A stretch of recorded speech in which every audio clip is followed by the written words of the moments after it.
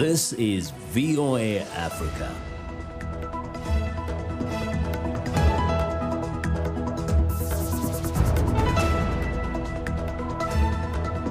Good evening, I'm Esther Giduyuat. It's Friday, February 7th. This is Africa 54. U.S. President Donald Trump and Kenyan President Uhuru Kenyatta discussed trade and investment at the White House. A human rights group accuses Italy of being complicit in abuse of migrants over the country's deal with Libya. And why are more young viewers tuning out Oscar-nominated films? We'll explain.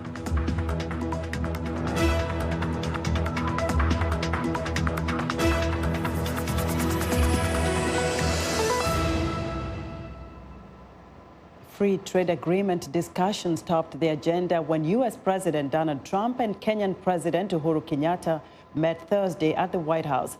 If the two countries reach an agreement, it would mean the first time the U.S. has signed such a deal with a nation in sub-Saharan Africa.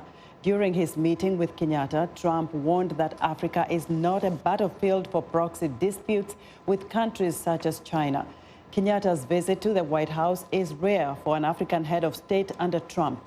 This was Kenyatta's second meeting with Trump in Washington since 2018. Kenya's East Africa location has strategic importance as the U.S. tries to counter the influence of China. The Trump-Kenyatta meeting comes just weeks after the Al-Shabaab terrorist group killed 3 Americans and destroyed several aircraft in Kenya. The coronavirus continues to be a raging public menace in China. Officials in Hubei province are reporting at least 69 new deaths on Friday, bringing the total number of fatalities from the virus to more than 630. They are also reporting 2,500 new cases, pushing that number to more than 30,000. The World Health Organization says it's too early to tell if the virus outbreak has peaked. Here's VOA's Mariama Diallo. The World Health Organization said Thursday the numbers are actually slightly better. When you're seeing this in graphs, it looks like the cumulative number looks like the daily numbers are rising, but the actual number reported today compared to the number reported yesterday is actually down on the day. And doesn't mean anything, but at least it's not going in the wrong direction. A Chinese newborn in Wuhan was diagnosed with the coronavirus 36 hours after birth, the youngest confirmed case so far, official media reported. The mother tested positive for the virus before giving birth. Dr. Zhang Lingkong of Wuhan Children's Hospital says they couldn't confirm if the disease was transmitted in the womb or after the birth. The baby was immediately separated from the mother after the birth and has been under artificial feeding. Also Thursday, a British national was confirmed to have contracted the coronavirus after traveling to an Asian country other than China. Now the risk of contracting the virus is higher over a wider area. Previously, we were saying the risk of someone having this was so low outside China that only under quite restricted circumstances do we advise testing. We're now advising testing for this virus in a wider geographical area. Officials still need more information to help them end the outbreak, says WHO's Director General. We don't know the source of the outbreak. We don't know what its natural reservoir is, and we don't properly understand its transmissibility or severity. To defeat this outbreak, we need answers to all those questions. That's why he says WHO is convening a global research and innovation forum in a few days to identify research priorities and coordinate international research efforts to find therapeutics and possibly vaccines as soon as possible. Mariama Diallo, VOA News. A Chinese doctor who was reprimanded by authorities for sounding an early warning about the coronavirus threat has died. Dr. Li Wenliang worked at a hospital in Wuhan. He confirmed on social media last week that he had the new virus.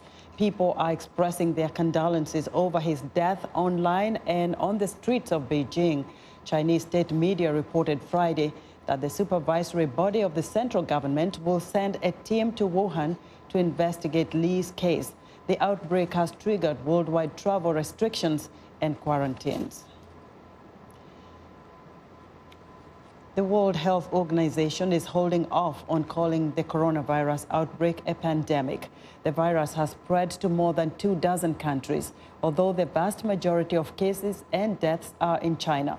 VOA's Carol Pearson asked experts experienced on disease outbreaks, how would they stop the virus? The U.S. Centers for Disease Control and Prevention helped the West African countries successfully end their Ebola outbreak a few years ago. At the time, the CDC was headed by Dr. Tom Frieden. He now leads a global nonprofit organization called Resolve to Save Lives. In a Skype interview, I asked him, how do you end the coronavirus epidemic that's going on now? For each different microbe, we have a different approach. For some, we have vaccines. For some, there are containment measures like SARS or MERS or Ebola, where we can actually stop it. And for some, like flu, we try to mitigate. We try to reduce the damage. With Ebola, finding people who had contact with those infected is critical. Ebola spreads through bodily fluids. Contact has to be close. Coronaviruses are airborne, like measles, which means these viruses can spread more easily through coughing or sneezing. This makes contact tracing a much more difficult operation. Isolation is also key. Don't go out if you're sick. But with a widespread virus that has infected at least 20,000 people, that can be a daunting task. It's hard. It's definitely a really challenging public health question. The Chinese government has asked people to self-isolate if they don't need hospital care. The government has also quarantined entire cities, which means people who are there are not allowed to leave. It's a remarkable effort by the government of China, and in public health terms, we call something social distancing. In other words, reducing the amount of contact among people. There are other things public health experts recommend repeatedly. Wash your hands, cover your cough. Everyone needs to wash their hands. Everyone needs to stay home if they're sick. We don't have a vaccine for this one, and we probably won't for at least a year. Researchers are working on a vaccine, but for this virus, the public health practices will likely end the outbreak, whether it reaches pandemic stage or not. It's what ended the Ebola outbreak in West Africa and some other pandemics as well. Carol Pearson, VOA News, Washington. Human rights groups are strongly criticizing Italy for extending a deal with Libya that facilitates the return of migrants to detention centers where the migrants say torture and rape are commonplace. Henry Ridgewell has more. Awudi Baloduzi shows how his Libyan captors smashed the bones of his hands. The 27-year-old left Ghana in 2015. After reaching Libya, he was kidnapped and sold to traffickers who demanded a ransom for his freedom. That time, I didn't have money. So they started beating me every day, asking me to call my parents for the money, blah, blah, blah. I refused. They started beating me all over my body. They beat me. I called my mother. My mother put 1,005 Ghana cedi for them. Even that 1,005, they already beating me. See my hand. See my hand is broken. It took Baloduzi 4 years to reach Europe. $1,200 US and a smartphone bought him a place on an overloaded rubber dinghy. They were saved by the Ocean Viking, an aid agency rescue ship. The European Union has sent more than 328 million euros to Libya, much of it funneled through United Nations agencies to try to halt the flow of migrants across the Mediterranean. The EU money funds the Libyan Coast Guard and also is aimed at disrupting human trafficking networks. Latest figures show the number of arrivals has fallen to its lowest level since 2013, but critics say it has come at huge cost. It is the EU's aerial assets which spot boats in distress, have contacted the Libyan Coast Guard, allowing militias to intercept these people, return them into slavery and trafficking. And we talk about concern for human rights. And it is an absolute doublespeak and hypocrisy, and I'm getting frankly sick of it at these meetings because we hear an awful lot about it. We are the ones culpable in this. There are growing fears that migrants will be caught up in Libya's civil war after more than 40 migrants were killed in an airstrike on a detention centre in July. Italy this week agreed to a 3-year extension of a deal it struck with Tripoli in 2017 that facilitates the return of migrants to detention centres, where UN officials say detainees are often beaten, raped and starved. We have to expect 3 more years of interceptions at sea by the Libyan Coast Guard, 3 more years of people being detained in those awful detention centres, 3 more years of Europe looking on the other side, pretending this is not happening just because this is helping them stop people coming to Europe. The migrants continue to come.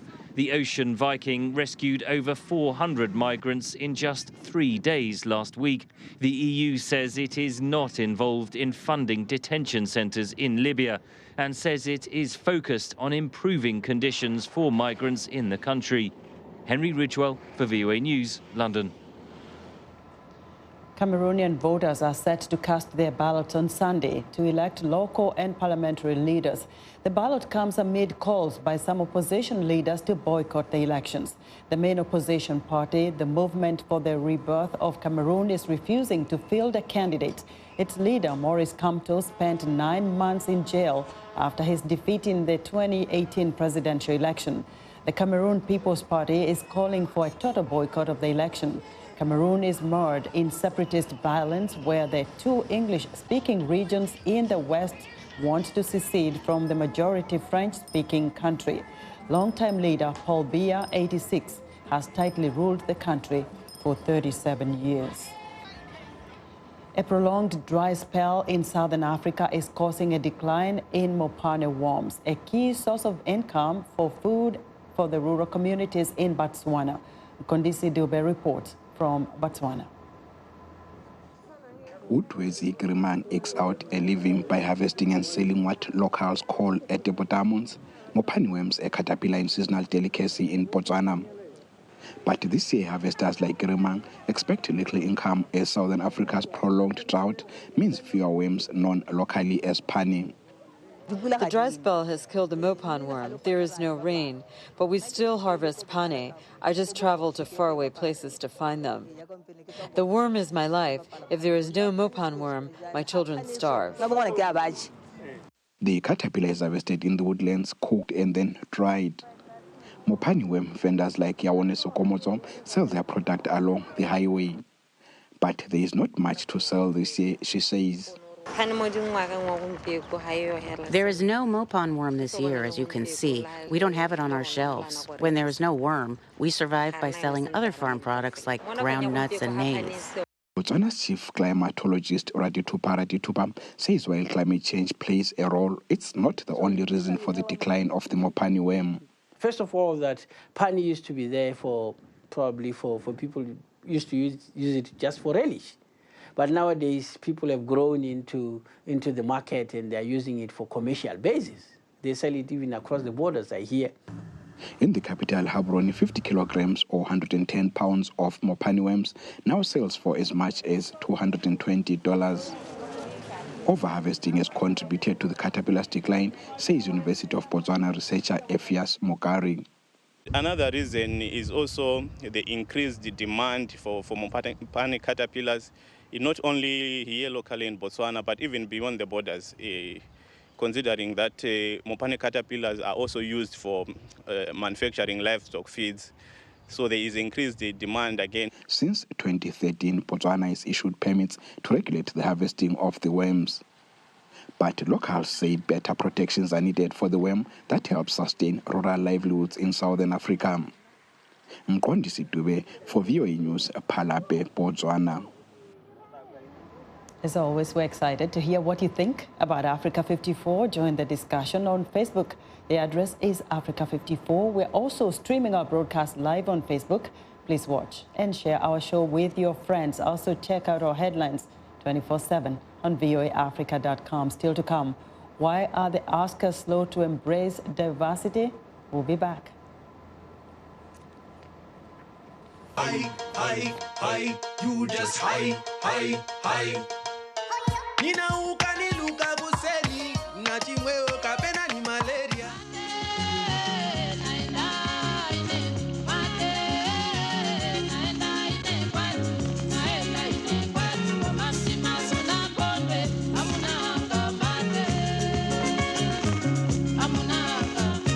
Let me love you when you come my way. Money baba when you walk away. I wanna make you my woman. I don't wanna waste no time. I say hold up, my mama. You know I'm wanting you. I say hold up, big mama. Can I be the one for you? Tell me where did you come from?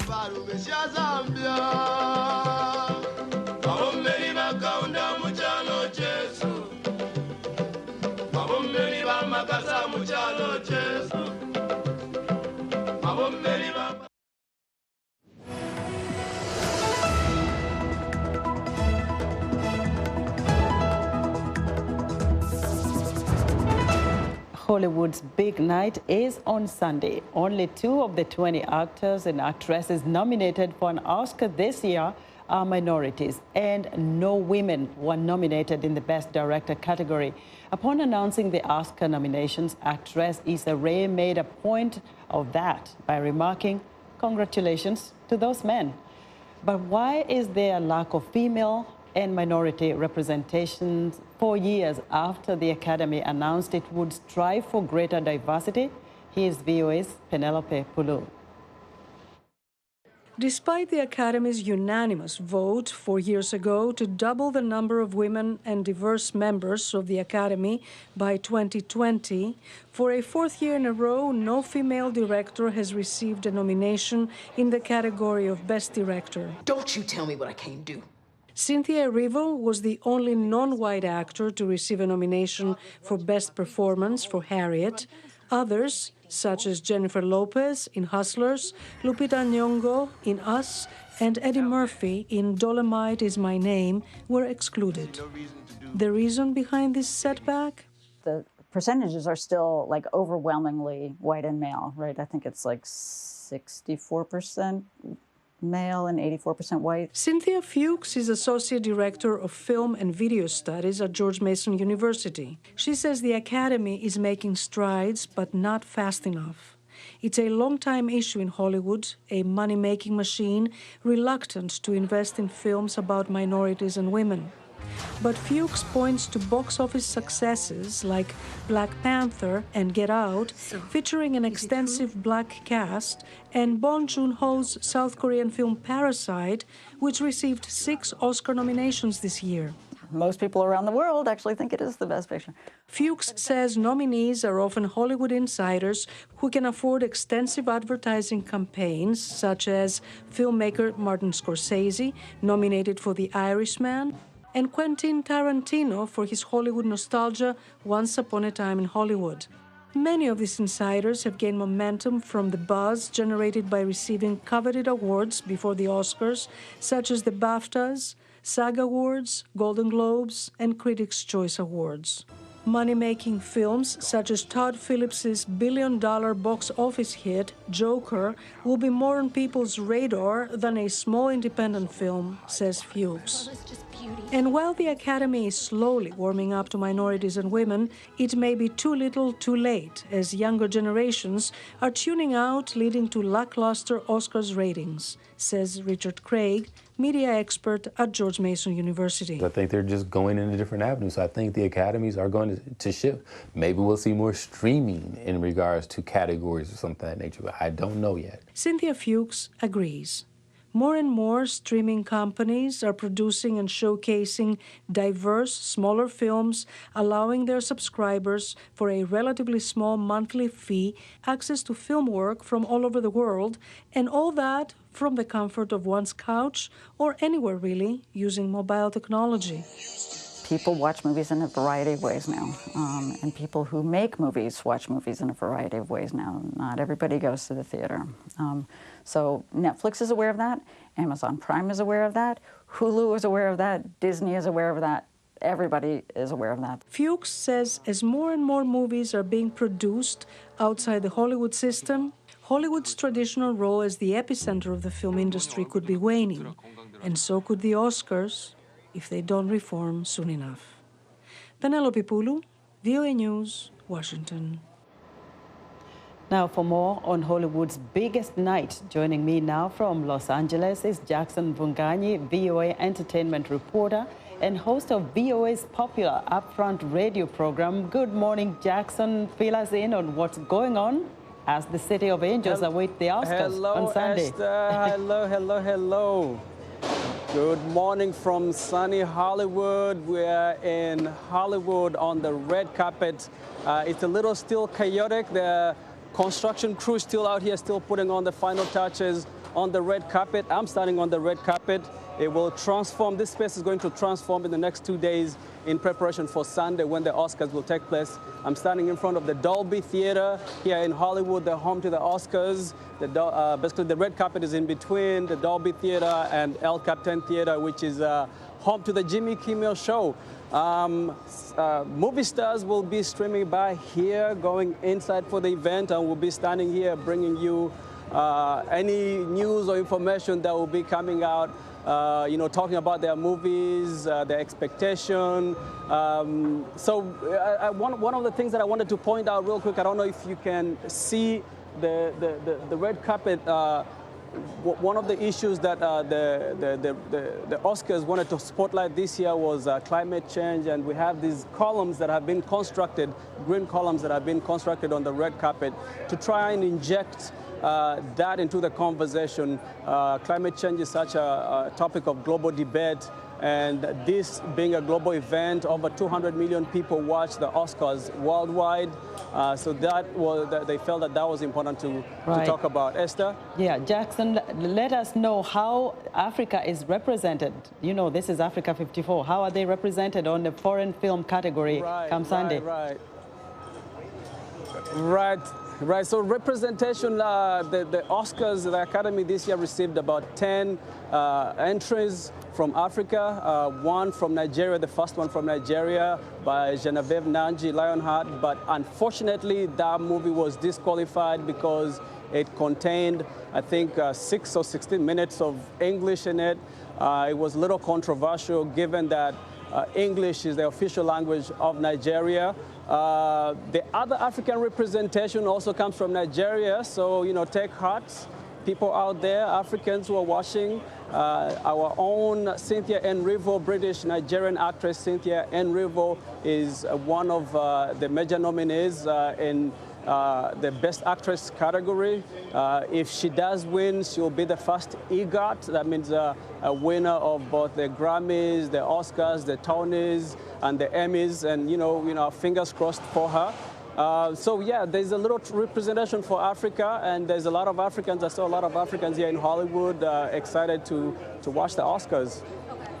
Very quickly, Jackson, who are the likely names to make history in this Oscars on Sunday? Right. A lot of, history will be made at the Oscars. The first foreign film to be nominated in Best Picture category, Bo Joon-hong, movie Parasite from South Korea. If it does win, that will make history. Cynthia Erivo, the actress from the British-Nigerian actress who was nominated for her role in Harriet, the biopic of Harriet Tubman. If she does win, she will be the youngest EGOT, winning the Emmys, the Grammys, the Oscars, and the Tonys. So we're looking, even other, popular names, legendary names like Brad Pitt. We'll wait for more feed from you, Jackson. Finally win an Oscar. We're gonna have to say goodbye. Thank you so much, Jackson. VOA's Jackson Vunganyi reporting for us from Los Angeles. Now, a gritty tale set in France's disenfranchised suburbs of Banlieue ranks among the finalists for the Best Foreign Language Film at Sunday's Academy Awards. However, Les Miserables also unleashed a debate about what has changed in France and what has not. Lisa Brandt reports from the Paris suburbs of Montfermeil. One of the most striking things about Montfermeil these days is its very normality. It wasn't always this way. 15 years ago, the death of 2 teenagers fleeing police in neighboring Clichy-sous-Bois sparked rioting here that spread across chunks of France, along with soul-searching about the underlying causes of the violence. Those toxic relations between teens and police are at the heart of Les Misérables by Ladj Ly, the first black film director to represent France at the Oscars. The son of Malian immigrants, Ly grew up and still lives in Montfermeil. He's winning accolades for his wrenching 21st century take on the French classic by Victor Hugo, who partly wrote the book in this town. Many area residents acted in his movie, including Mousba Harb of Senegalese origin, who played the mother of a police officer. She's lived in Montfermeil for nearly a quarter-century. During the riots, the police were everywhere. The young people were angry because their brothers had died. It was hard for us mothers to see these young deaths. Things have changed in Montfermeil. New housing is eclipsing grimy high-rises. Public transport is beginning to link residents to Paris, opening job opportunities and perspectives. School performance is improving. So too, residents and the mayor say, are relations with the police. The movie could have captured Montfermeil 15 years ago, but 15 years later, Montfermeil isn't the same. Everything's been demolished, everything's been rebuilt. We've reinvented local policing more intelligently. Montfermeil's residents are proud of Ly, who started a film school here. Members of the local soccer team are heading to Los Angeles for the Oscars and to play in matches against American counterparts. Ly is also an inspiration for many young French, including those here who are learning to hone their skills and find jobs. He shows youngsters that no matter where they live, they need to be ambitious and to overcome self-made barriers. Ladj Ly is allowing them to dream bigger. But not all banlieues are changing, and some barriers are harder to overcome. Montfermeil's unemployment rate remains high.